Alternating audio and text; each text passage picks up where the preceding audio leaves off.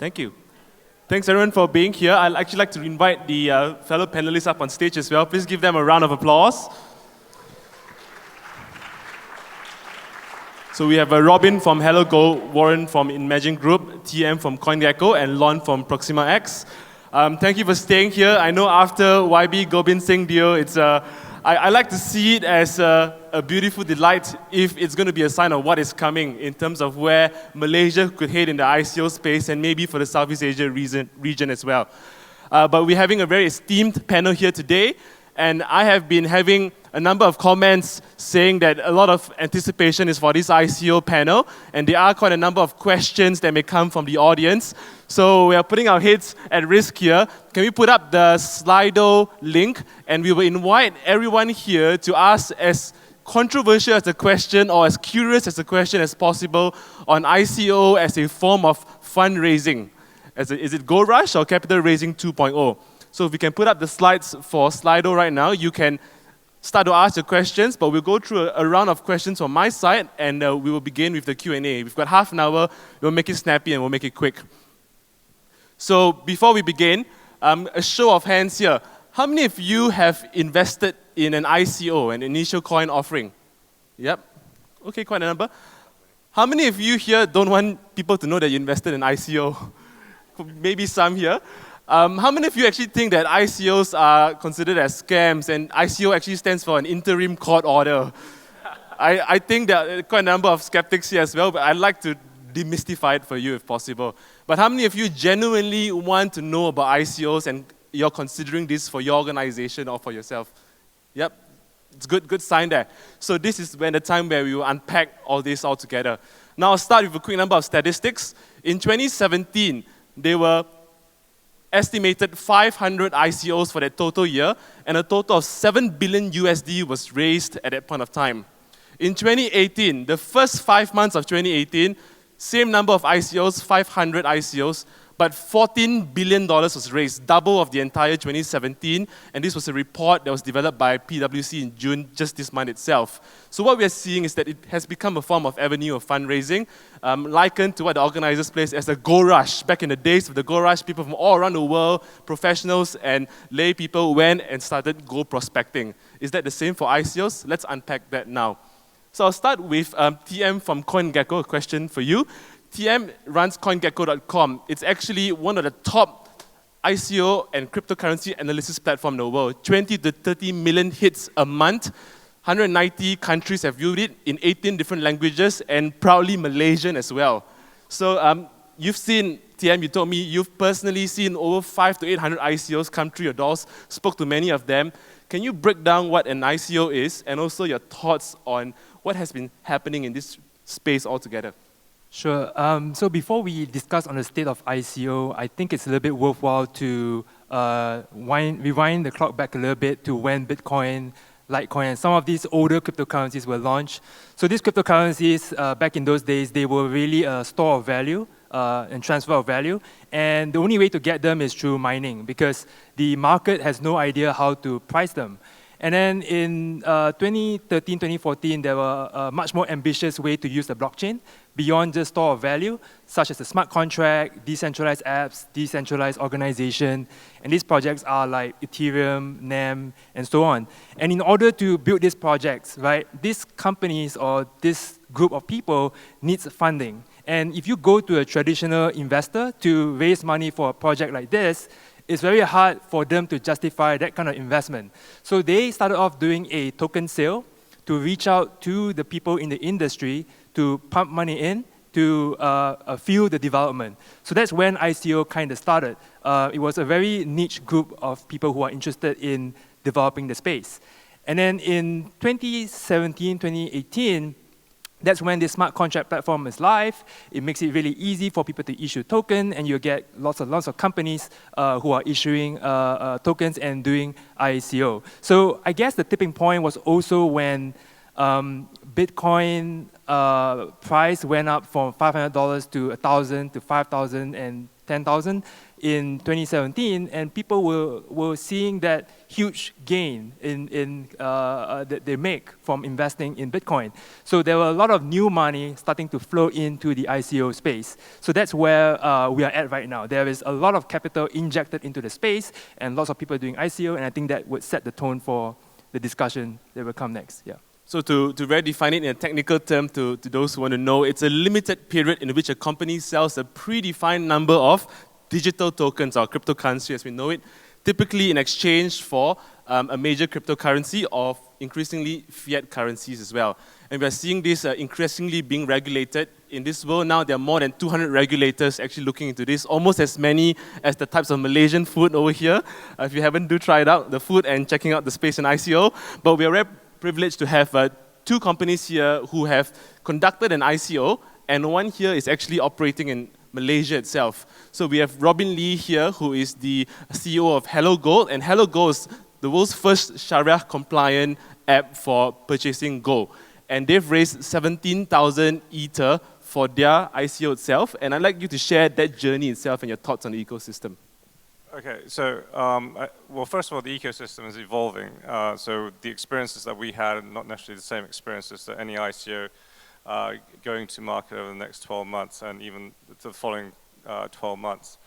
But I think what a lot of people see when they look at the headlines is just the tip of the iceberg. An ICO is a very long process, typically about up to 12 months in preparation from the time that you start think about an ICO to the time they actually hit T, when the ICO is actually live.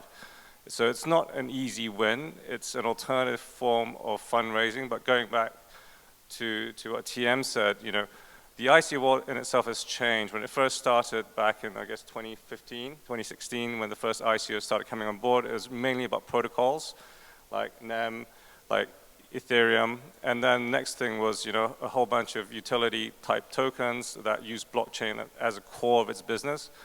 But now increasingly what you're seeing is that a whole bunch of companies are going in there and effectively using it as security tokens. I don't personally think that that's necessarily a bad thing. I just think it's a natural evolution. When you talk to a lot of fund managers in America and Europe, they see ICOs increasingly as an alternative form of financing, not just for startups, but potentially for major corporates, whereby instead of just having equity fundraising or debt financing, now you have a third form, which is going to be crowdfunding on steroids or ICO. And depending on the needs of the organization, you default into one or all of these different forms of financing. So when did you do your ICO, Robin? We started January 2016 and we finished it 2017 and we finished it September 2017. So they finished at September 2017. Today itself, there are 50 employees in Malaysia, Thailand, and Dubai. And obviously, it's sort of fit for you being the former CFO of the World Gold Council and seeing a need for financial inclusion for the everyday people to purchase gold on their mobile phone. So why is that a good fit for you, and what would it be a good fit for those who are thinking out there in conducting an ICO? I think for a lot of entrepreneurs in this region, in emerging markets where fundraising is incredibly challenging, to be able to raise 2 million ringgit as a startup is a pretty tall order. ICOs enable you to raise a significant amount of money so that you can focus on building whatever it is that you're trying to do, rather than go on this constant treadmill of fundraising. And it also, more importantly, enables entrepreneurs in emerging markets to compete against the giants in China, in America, and other places where the multiples for startup are far better.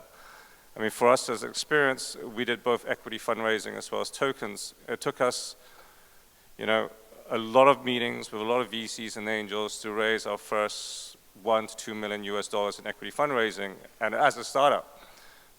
But we were able to raise a further 17,000 Ether, which was about $7 million, you know, by the time we finished, over a period of 9 months. So for us, it enabled us to then scale up much faster, and instead of just focusing on Malaysia, we're now expanding into Thailand, into the Middle East, and hopefully into Africa next year, which means that we're able to compete against the bigger giants around the world. And that being said, Robin, for your info, used to work with the Securities Commission, the regulator here in Malaysia as well. So he's building this out of that sort of thinking and concept at the forefront of technology. Thanks, Robin. Now over to Lon. Lon Wong is was the NAM Foundation founding president. So I work with the NAM blockchain, and it's a platform where companies can build on the blockchain. In fact, the NAM Blockchain Center was just launched in Glow Damansara here, 11,000 square feet of space to help develop the blockchain ecosystem. Now, Lon has developed ProximaX and had conducted an ICO and recently just completed a US $30 million raise through an initial coin offering. So, Lon, if you could share a bit about ProximaX and your thoughts on the ecosystem. And you told me that you were flying to about 6 countries in the next 2 weeks, and previously you've been literally living on your suitcase. What are your thoughts on that? Yeah, well, it was $35 million US that I raised. Wow. And within 2 months, contrary to what Robin has said. But having said that, it was not as if this could be achieved overnight and having a great idea. What we have done is, or at least what I have gone through is at least 5 years of experience and basically working with the community, the blockchain and the crypto community at large, to have attained that status to be able to command and hope to get some sort of funds that we could actually raise from ICO. So the thing is, the fallacy that many have thought that this thing is an easy thing to do, easy thing to raise money. It is not a gold rush per se.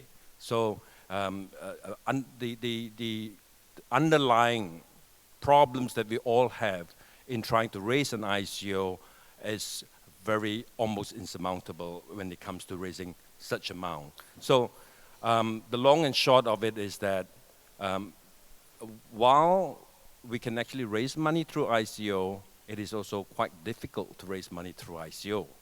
And you need to have a value proposition. And going forward from here to 018 is going to be increasingly difficult to raise money or crypto coins from the blockchain or the crypto industry, because there have been also an opposing forces in raising money. One is being scammy in approach. 2 is regulators clamping down on ICOs around the world. And one of the reasons for clamping down on ICO around the world is that a lot of the companies that are raising funds are equating the tokens to some sort of security, a promise of returns of investment. And when it comes to that stage, it becomes almost illegal to raise money publicly, in this instance, globally, and getting those money for the purpose of the company. And this is where the problem arises. The problem of making a utility token out of something that a project that you want to do is becoming less and less. And in our case, in ProximaX, what we did was, obviously, in times of uncertainties, we went to a right jurisdiction. And in this instance, is either Switzerland or in Gibraltar or in a few other countries that are coming up. That allows us to raise money as a utility token. So they have defined laws and regulations for us to raise money as a utility token. And from that, what we did was we went there in a place where it is certain that we can do it legally and allow us to raise money in a very short period of time. So this is where we did our ICO. This is where we actually raised enough funds for us to build a project that is based on utility of the token and is based on a protocol.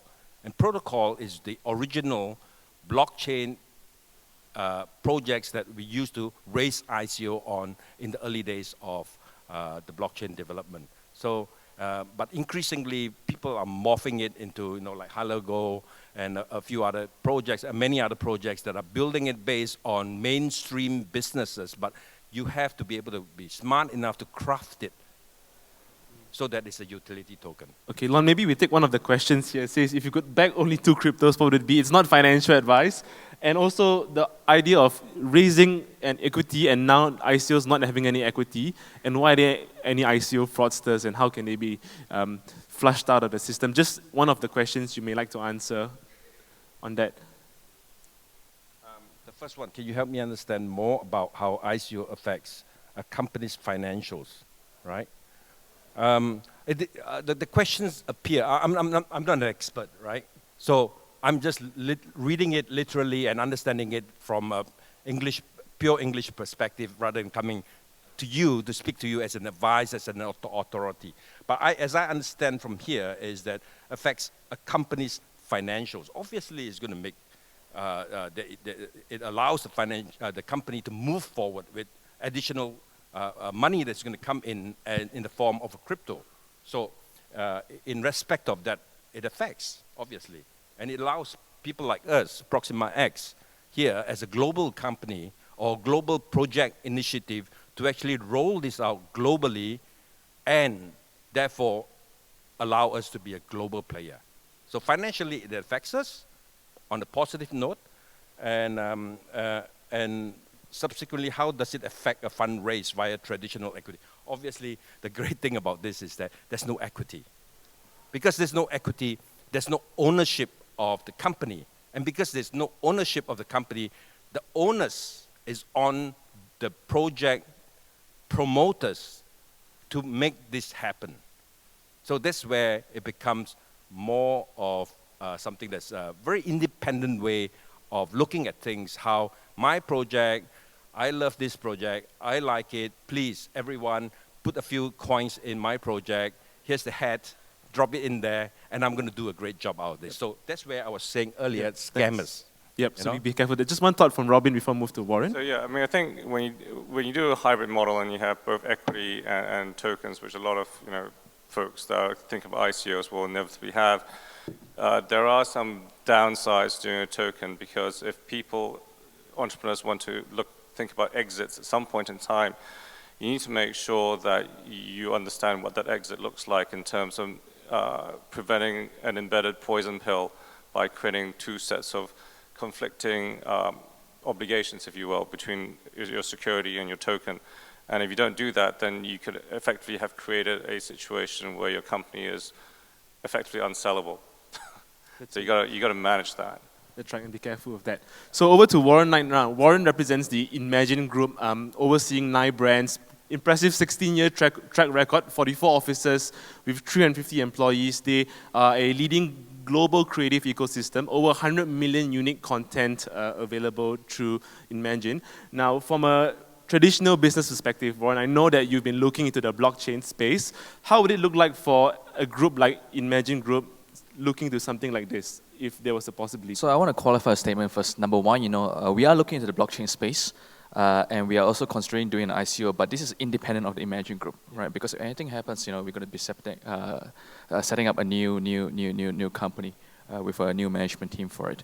But principally, I think I'm nowhere near as qualified as this illustrious gentleman over here because I'm a newbie to the whole crypto space. But I used to work on a trading floor, right? And there are a lot of things which are applicable between the traditional finance set of things on a trading floor with what's happening in the crypto space right now. For us, and for me to justify it personally, I think looking into the space, it's very important to have a litmus test on whether you believe fundamentally and philosophically into this concept of decentralization, right? So this concept of decentralization and blockchain and ICO cannot really be separated in that sense. And if we look at decentralization as a philosophy of life, right? And if you believe that it can fundamentally change how society governs itself, how organizations govern themselves, how transactions happen amongst each other, how do you actually convey trust between myself and you, right? Especially in our case, for example, the licensing of content, where auditability from the point of source all the way to the point of consumption with regards to the kind of licenses that are being sold, with the kind of counterparties who are involved in the whole process, then yes, I mean, if there's a real use case for it, and if you believe that potentially this philosophy of decentralization could be mainstream going forward, then for a traditional business like us, which is still quite modern in the tech sense, so taking that example, you own content, you own assets. Yep. How is that decentralized? Let's get to it. So it's decentralized in the sense that we get it from the different community, but on the other hand as well, it's still centralized because it's reliant on centralized marketplaces to actually market it, right, to the end consumers. But if in a theoretical situation or environment where we can create something where it's fully integrated and more efficient by bringing the sources of content together into one spot, and then having different models that can be built on a platform to then market this content. So it empowers anybody to sell, right? That's an example of how you can decentralize marketplaces in order to sell the content. And that's a good idea, because that was how Satoshi Nakamoto, in the first published in 2009 of the Bitcoin white paper, was the whole concept of the peer-to-peer cash transactions, but this in a way is content. So let me add on to a final point on what I'm trying to say, right? In our case, for example, it's about building an alliance or a network of marketplaces and tools, not just from the Inmagine group, with the support of the Inmagine group, but with other players, other counterparties, other competitors as well, so that we can tokenize the ecosystem, right? So it's kind of like a binary or a hybrid thing, right? If you believe that you can decentralize and you can tokenize something and you can unlock more efficiencies and have more gains to society, now that's where things get really interesting. Because if this whole concept of decentralization as a philosophy works, it could be as big as communism versus democracy, right? It's a philosophy of life. So that's taking things to the next level. Wow. Okay, we've got 5 minutes left. Can everyone hold the mic? And I want you to answer in 10 to 20 words, okay? Fire shot all the questions that come out here and some questions for me. If you'd like to answer, if you could back only 2 cryptos, what would it be? Or anyone would like to answer that? Just 10 to 20 words, yeah. I'm not going to say anything about any crypto, but my advice is the 2 best cryptos are cryptos where there are real projects. There are not many out there. If you look at the top 20, not many. Okay. Not financial advice, but my favorite are proven coins like Bitcoin and Ethereum. Yeah. Okay. Well, I'm not a crypto expert, so to be honest with you, I don't even hold any crypto right now, right? But if you want to invest in any coin, invest in coins or tokens which are backed by real businesses. That's right. Blockchain So for example, there's a stock content player that's potentially looking into that space. So if there's a real use case for it, maybe you can look into that. Ethereum and probably projects that you're passionate about, because ultimately all these are startups and 98% will fail. So there should be things that you care passionately about rather than things you want to make money from. Good point. Second one, can regulators stop ICO processes globally? Now they say it's not about heavy or light regulation, but the right regulation. 10 to 20 words, thoughts. So I think regulators can stop it, that they can do it, but the problem is that not everyone will move in tandem because every country has their own set of rules, and if one country starts to enforce, another country don't really enforce it, then some of the ICO guys will move on to whatever jurisdiction that allows it, and in that case makes that jurisdiction much more competitive compared to the other countries. So it's going to be difficult, not impossible. Yeah. No, I don't think they can stop it because, like what Lee has said, we are all a global village, and everyone has its own jurisdiction, and already jurisdictions are saying, yes, you can do it in certain places around the world. So no, I don't think they can stop it as a one thing, ban totally. And many countries like Malta, Gibraltar are now being friendly as well, and people are moving there. You have thoughts? One last Yeah, no, genie's out of the bag. You can't uninvent the nuclear bomb. Okay, fraudsters, scammers, fools, what do you think about that? How can we avoid victims of ICOs? Yeah, a sucker is born every day, so it's a fraudster. So don't be a sucker. You can't stop them from cheating you, scamming you. So it will exist. It's our daily life. So it's up to you to use your intelligence to know which one is a scammer. Also, the industry goes through a lot of self-regulation. So I think for the past 5, 6, 7, 8 years, there has been a lot of such instances. So you just got to get used to it to some extent until proper regulation gets in the way. So I think that self-regulation is a very important thing, right? Because in the case of, let's say, a real established business, and also, those who are putting their names on the line and credibility on the line, right?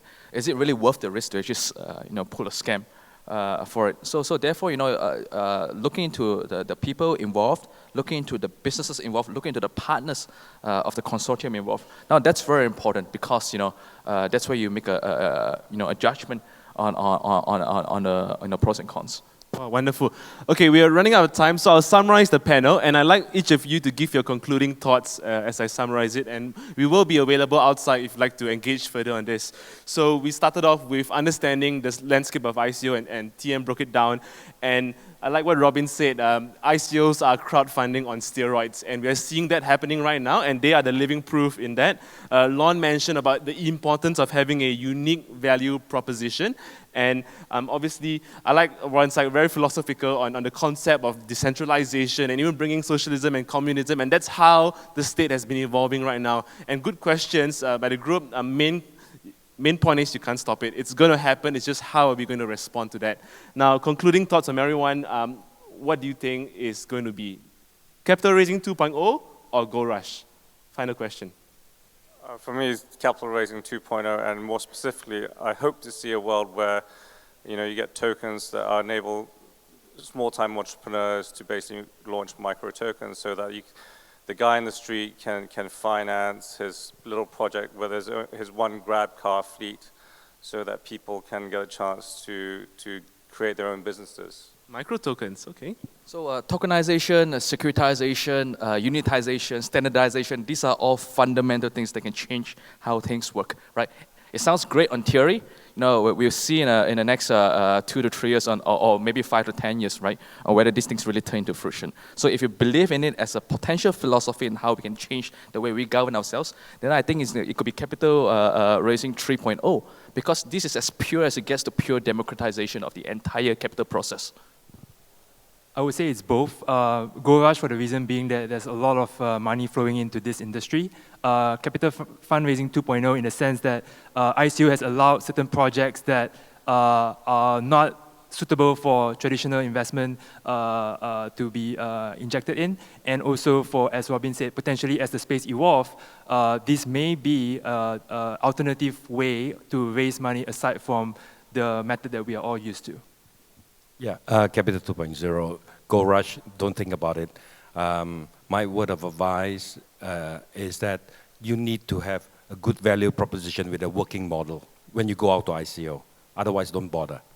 Thank you. They've been generous with their thoughts. Please be generous with your applause. Thank you so much for the panel here, and we'll be behind to answer your thoughts. Thank you.